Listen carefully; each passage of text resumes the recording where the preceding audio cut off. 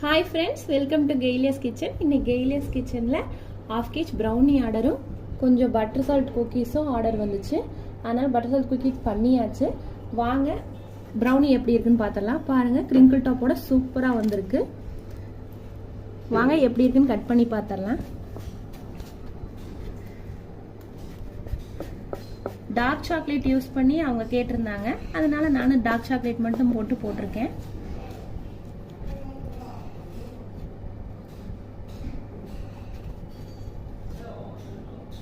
பாருங்க crinkle top செம்மையா வந்திருக்கு.